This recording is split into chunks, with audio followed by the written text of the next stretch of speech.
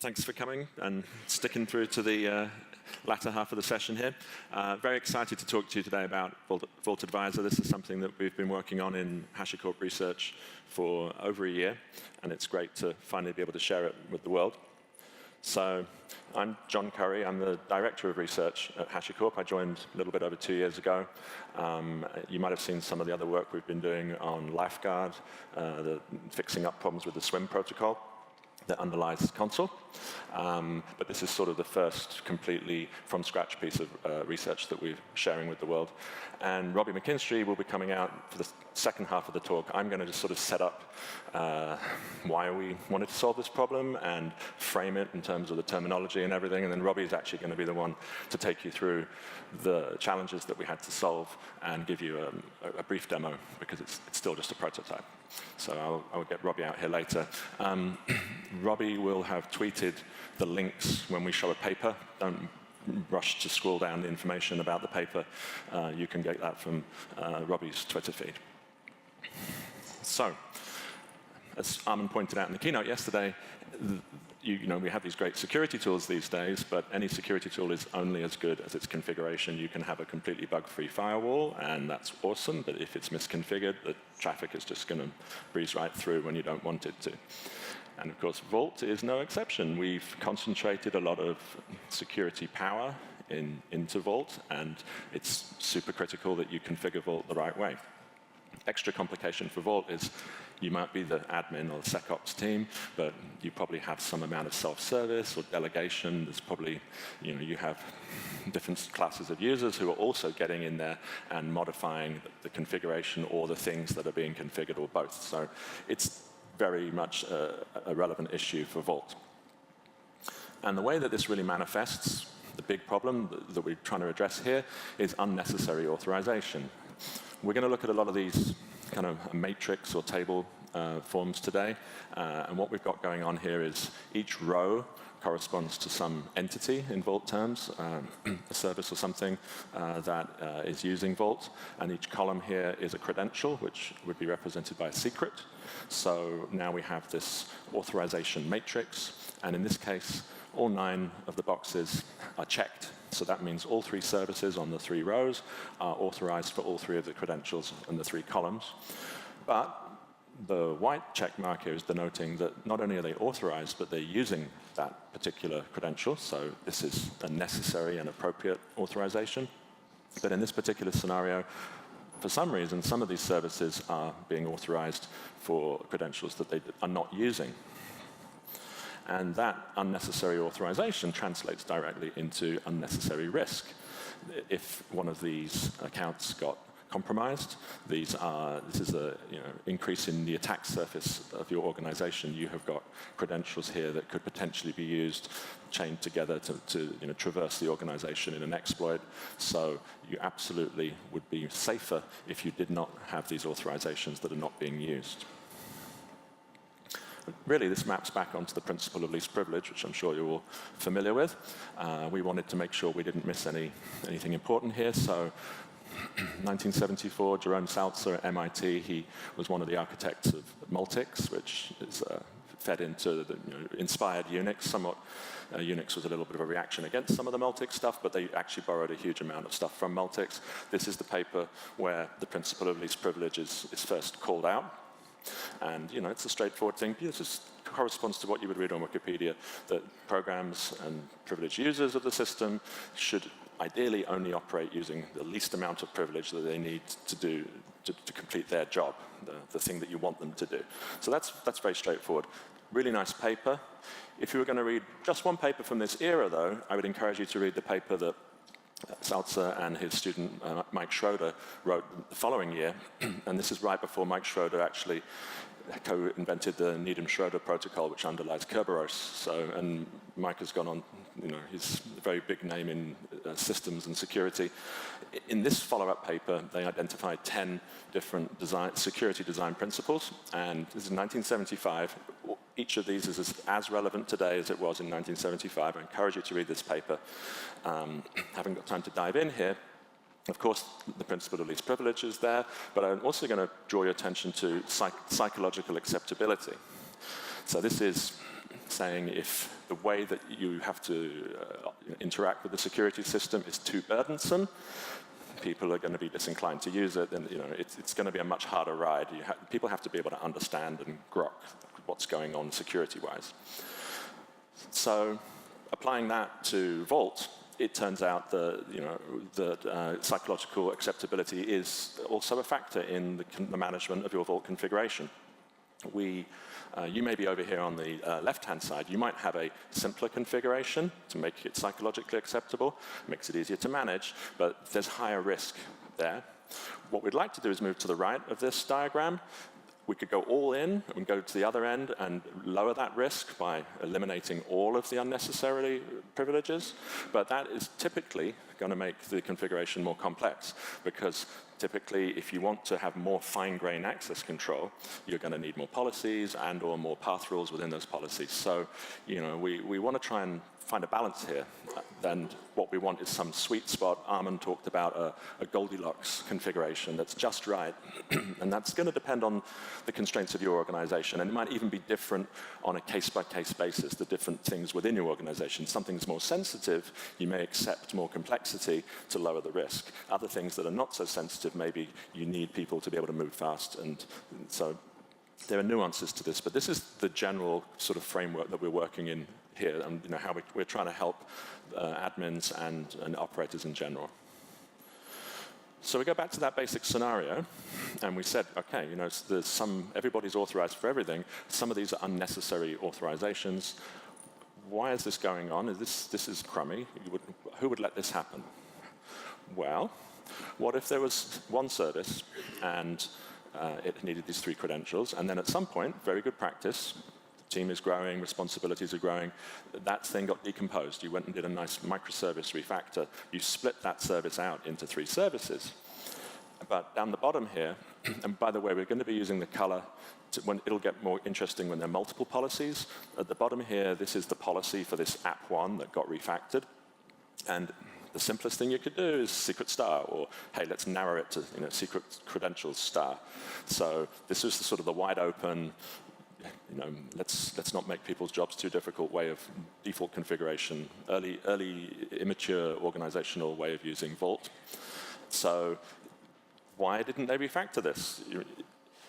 Well, it turns out they probably made, in one sense, a optimal decision. If they had gone and refactored this thing, not knowing whether the other microservice was already online and who's doing this and that, there's a coordination issue. Why would you go and refactor this? There's a risk to the operational stability of the organization. So if people are just trying to keep moving fast, they want to keep up the velocity and not break things, turns out not everybody in the world subscribes to move fast and break things, then you would think this is actually a reasonable decision down on the ground. Unfortunately, it's a sort of locally optimal solution. And long term, there's a technical debt, there's a sort of security debt that's being incurred here by not doing this, but you can't fault the developers on the day for doing this. They kind of did something that, it was not a bad approach. But at some point, we want to come along and we want to refactor this. So here's a possible refactoring. And again, using the colors here. So this is sort of one new policy. We're replacing that one secret cred star policy with 3 different policies. In this approach, there's a different policy per service. So that's sort of horizontal, 1 per row. And this is nice. We've locked it down. There's no more exclamation points here. There's no unnecessary risk. Each of the services has got exactly the privileges that it needs. But there are other ways you could do this. You could actually also do a column-based approach here. You could say, well, I'm going to manage each of these credentials. Now, in this case, then obviously a given service would be assigned whichever policies, multiple policies that it needs. But this is a sort of a matrix mix-in approach to managing access to the credentials. So, there's multiple ways to do things. And again, this Goldilocks configuration. Here, we've sort of the previous 2 were optimal from a risk perspective. There were no unnecessary, unused privileges authorized. Here, the exclamation mark in the middle, we've relaxed this a little bit. We've introduced one little bit of unnecessary risk. In return, we've gone from 3 policies down to 2 policies. So we're trading the risk and the complexity a little bit. So great. I've shown you four configurations. There's the current initial configuration. I showed how we could do that kind of service or row-based refactor, the column or capability-based refactor, and then we could explore other things that we try and find something in between, a Goldilocks configuration. How are we going to compare these things? How are we going to measure them? So we should try and turn this from a qualitative thing. That's a great policy. I love that policy. No, let's put some numbers on this. So, and both for ourselves, if you're going to do a sort of considered analytical way of looking at the problem, but also because we're going to try and automate this and build some algorithms that are going to reason about the soundness and the relative benefit of different configurations. So we need numbers. We can do things like assigning a score to a proposal or a proposed configuration change. We can even measure the distance between proposals potentially in this sort of multi-dimensional space of different metrics. And two key metrics that we've alighted on, not surprisingly, we've been talking about the unnecessary risk. How should we quantify unnecessary risk? One way is to do it is to just sum up those exclamation marks in that grid. So in the previous example, the unnecessary risk count was 1 because I had one authorization that was not necessary. Complexity is a little bit more complex, it turns out. When you look at a bunch of policies, well, you can count how many policies there are, but also how complex is each proposal? How many different path rules does it have, for example? And these are by no means the be-all and end-all. This is an active area of research. We're even thinking about how you could learn the complexity measure and the risk measure in maybe in a per-organization way. There's kind of prior work to do that kind of adaptation.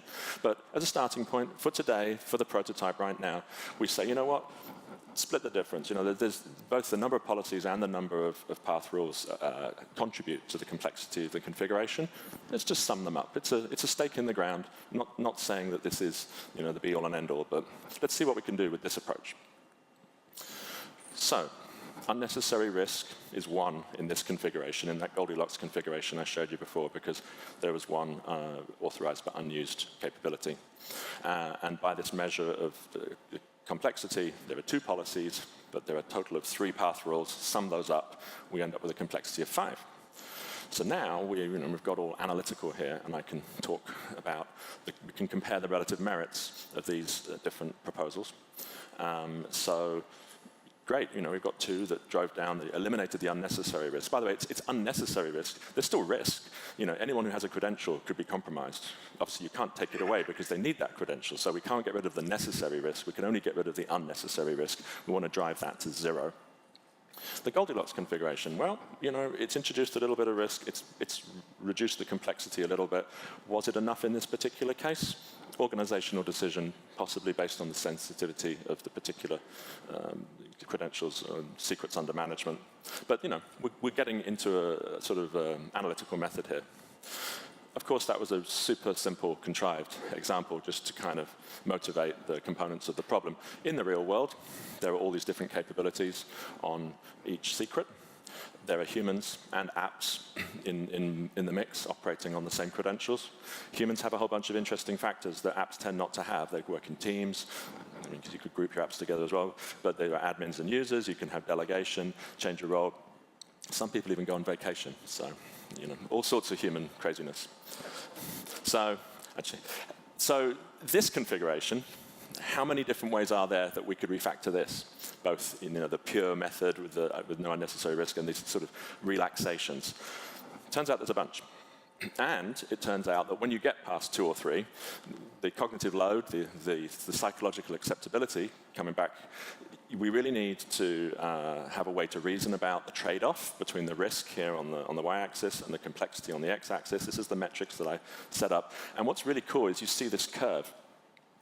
And if you're coming in with a typical configuration, you are low on complexity because you made it manageable, and so that people could feel confident that they weren't breaking the organization. But you, as a result, are suffering a lot of unnecessary risk. Now, we could zip all the way to the bottom right and eliminate all of that unnecessary risk, but you might not like what you get in terms of complexity. You may end up with 50 policies instead of 1 policy. That's not going to be a lot of fun. So the Goldilocks region is really all these policies in between, and we would like to give you a way to reason about this. And so we arrive at really the requirements that we got into for building Advisor.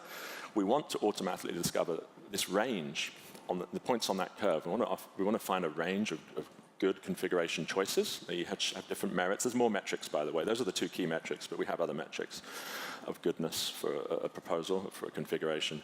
We want to see those zero unnecessary risks, the bottom right of the curve, but we want to see that trade-off and backing off from that so that you can choose as an organization or an individual the sweet spot for you. Crucially, we're choosing to keep this as a human decision support function. AI is not there yet. I mean, read machine learning. And this is complex and mission-critical stuff. No one should be under any illusion that you're going to hand off responsibility of this to an algorithm anytime soon. You need to be the decision maker, but this is intelligence augmentation. This is us empowering you to have more confidence that these proposals, none of these will break. Based on the recent usage and the audit logs, none of this will break my organization, and I can now actually quantitatively examine these and compare these different alternatives. So, because it's targeted at a human, we need a manageable number of proposals to compare, and we need each of those proposals to be explainable. So this is the background, this is the reasoning, and that's how we got to Vault Advisor. And now, would you please welcome Robbie McKinstry, who is going to walk you through how we are tackling this challenge.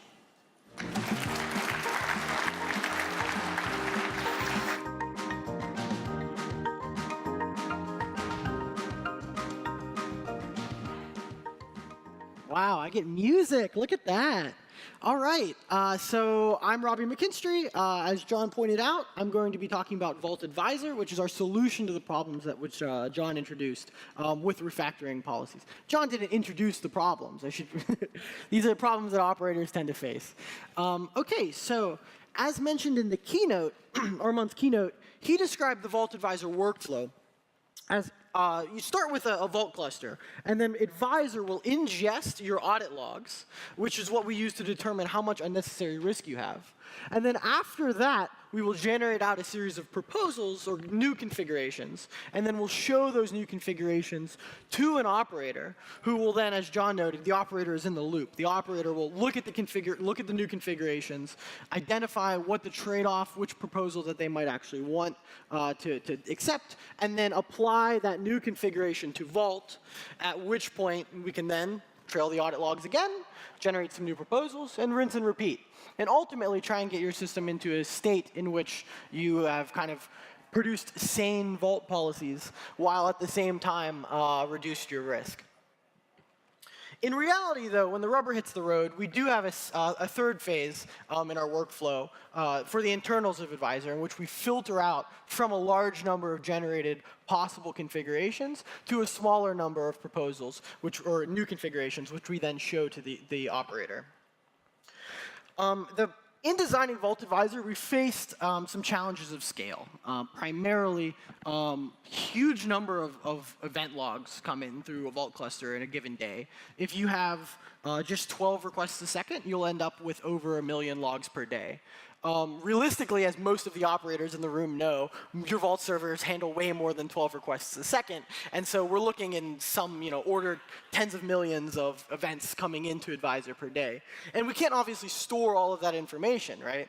And so we need a way to ingest these logs, but then compress the information into just exactly what we need in order to be able to reduce your unnecessary risk while keeping your policies not too complex. So that's the problem that we're going to face first. Next, we're going to talk about how we can generate out some number of proposals, maybe in the order of hundreds or thousands, which all tend to be pretty sane. It's not like a monkey sitting at a keyboard generating out your new configurations.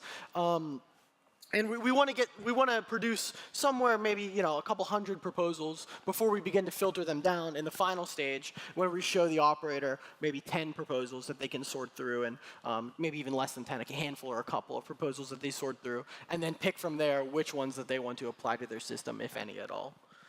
So first we're going to talk about ingestion, and then we'll work our way to the next two problems. OK, so for ingestion, we looked at basically the shape of Vault configurations in the wild. And we determined that policies, not necessarily at the policy level, but at the system level, the use matrices tend to be sparse. The reason for this is that a single entity in the system is never going to use all of the capabilities granted in a system. You're not going to have access to every secret. You're going to have access to a subset of the secrets. The converse of that is that a single capability in the system, a single secret, is not going to be accessed by all of the entities in the system, but instead a subset. And so what we concluded was that we can represent the use of the system sparsely. We can have a sparse representation in which we only store the things that we need to perform this computation. We don't have to have the full representation of the entire system. Sparse representation. Yeah, so that's the way we do it. And the final observation with this is that we also have secret paths, or secrets in our vault system, tend to have a long shared prefix. Tend to be secret, or /secret, /db, /whatever, right? That tends to be what it looks like in the wild. And so we can use a radix tree in order to kind of compress that information, represent like a trie data structure. And that way we don't have to store the entire string over and over again. So that is how we solve the ingestion problem. We use a sparse representation of our input. We only really care about 3 things. We only really care about storing who read what secret using what policy. So we only need to store those three things, and that's how we arrived at this sparse representation. The next thing that we're going to talk about is how do we end up looking at the search space of all possible configurations that could be produced, and then narrowing in on the ones that are interesting to us. And by interesting to us, we mean that they minimize complexity and minimize unnecessary risk. Obviously, there's a massive search space of all the different ways you could configure your Vault instance, but very few of those are actually interesting. They're actually useful to you. And so we had to come up with a way in order to solve that problem and generate somewhere in the order of a couple hundred or maybe even 1,000 different configurations, which we then filter. So it turns out that this configuration generation is hard. And I don't mean to say that it's difficult. It is difficult, but it is also hard. By hard, I mean NP hard. And the reason you can kind of think about why is this problem NP hard is that if you look at what we're doing here, if you observe that what we're really trying to do is we have a set of elements, the check marks, right? And we want to cover those elements. We want to use some set of policies to cover all of those elements in the set. And so what I'm really describing here is set cover. Set cover is, if you may remember from college, set cover is this kind of typical problem in algorithmic design. It's like a canonical NP hard problem. The problem of set cover is that given a universe of elements and some sets which cover those elements, find the collection of sets which will cover all of the elements. So what we're doing here is each of the black dots, in essence, represents a check mark. And we need to find some collection of policies which will give everyone the authorization that they need, while at the same time kind of minimizing the number of policies that you generate, that you apply in your system. So Richard Karp in 1972 at a symposium released the famous paper in which he reduces 21 different NP complete problems kind of intertwined back along themselves. So he reduces first one to the second, second to the third, all the way back to the first. And this is how he showed that all of these problems, if they're NP complete, they also are NP hard. In particular, he won the Turing Award for this. This is a very seminal work in which he basically demonstrated that all of these NP complete problems are also NP hard, and that they all reduce to each other. In describing NP hardness, he says that an algorithm is NP hard if it can be solved by a non-deterministic Turing machine in polynomial time. Now, a non-deterministic Turing machine is like a Turing machine, which is a tape with a pointer processing the inputs. But it has the property that when it comes to a branch in the code, it clones itself and can explore both simultaneously. So a non-deterministic algorithm is defined such that when you have two alternatives, it creates two copies of itself and pursues them both equally. Now, the key thing about this is that he says that repeated splitting may lead to an exponentially growing number of copies. So this is how we get our exponential time. This is how we get, basically no guarantee on whether or not Vault Advisor will finish. That's terrible, right? You can't have that, right? It's like Vault Advisor could execute and not finish before the heat death of the universe if we were to use set cover as Karp lays out. Not unacceptable. I don't think your bosses are going to let you wait around that long. The other observation that we had is, so this is what set cover gives you. Set cover gives you a point along the x-axis. It will give you the far bottom right. It will tell you, OK, I found something that has 0 unnecessary risk. We have covered the set. We've used sets to cover all the vertices, all of the elements. And that gives us something with 0 unnecessary risk. Problem with this is that it's going to be very complex. So set cover doesn't really give you all of that much. And you also have no guarantee that it will finish before the heat death of the universe. However, our observation was that we already know a way in order to generate a configuration that lies along this axis. We can come up with a constant time solution that will give us something with 0 unnecessary risk. And the way that we do that is by creating a single policy for each capability in your system. So if you've got 50 secrets and you read and write on all of them, you end up with 200 different policies. Also, not amazing, right? So now we've ballooned our complexity in the same way that we ballooned it with set cover, arriving all the way at the bottom right over here. But it does give us a starting point, and it lets us get there in constant time. And so what we do is once we've split it up into these n policies, we can then perfectly assign each of these policies to the entity that uses the capabilities.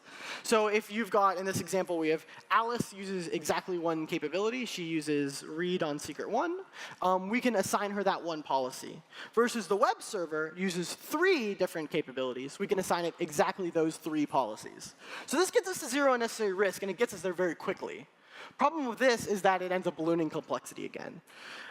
So what we then did as our solution to this is we noticed that we can then begin to merge back these policies together and end up kind of agglomerating them, pursuing a path, an algorithm that will give us multiple policies merging together without introducing unnecessary risk. So here for this example, Eve has access to policy 7, policy 9, and policy 10. She needs those capabilities.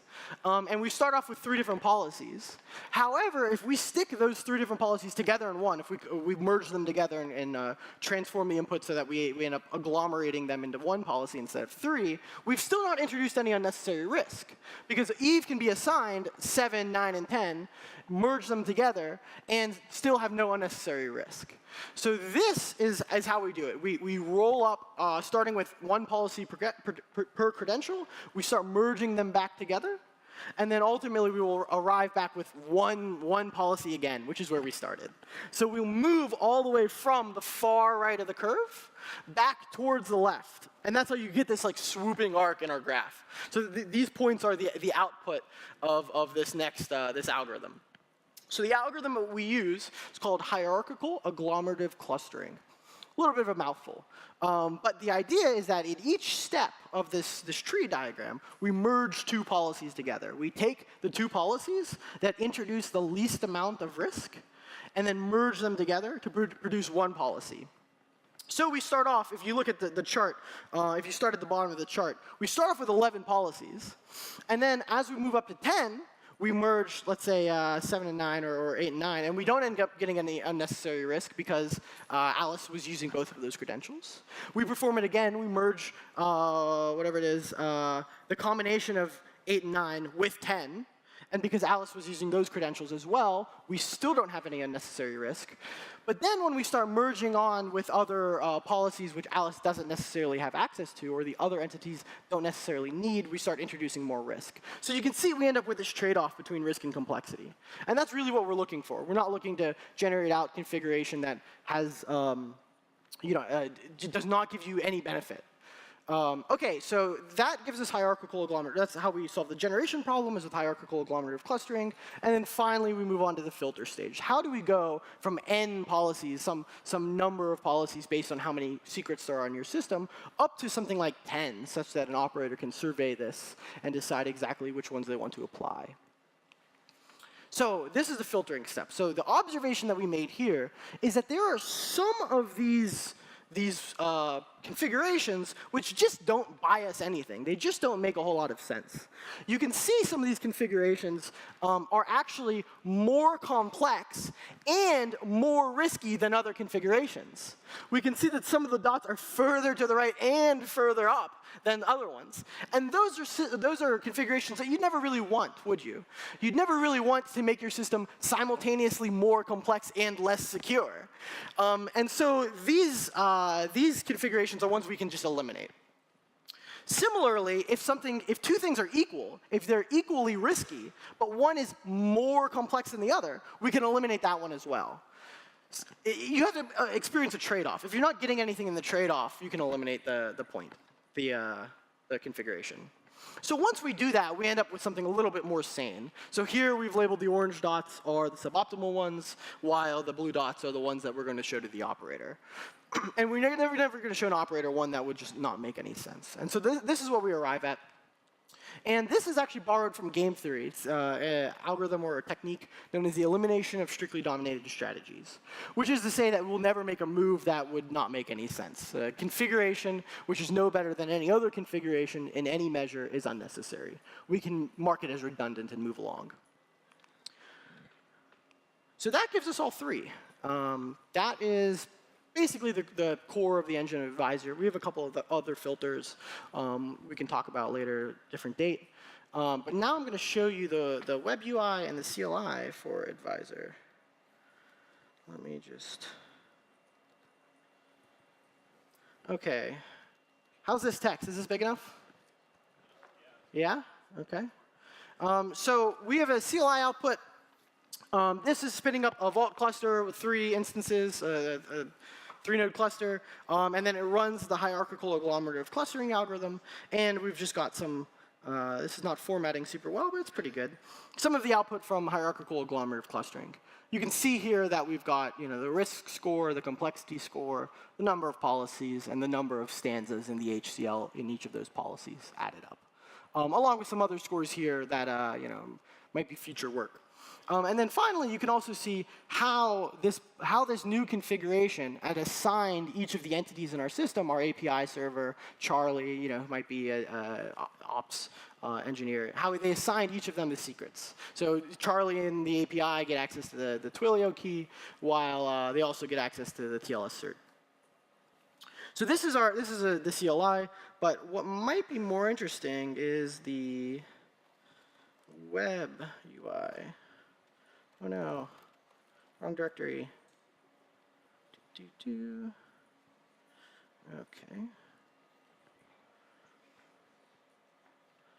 Let's see if I can blow this up.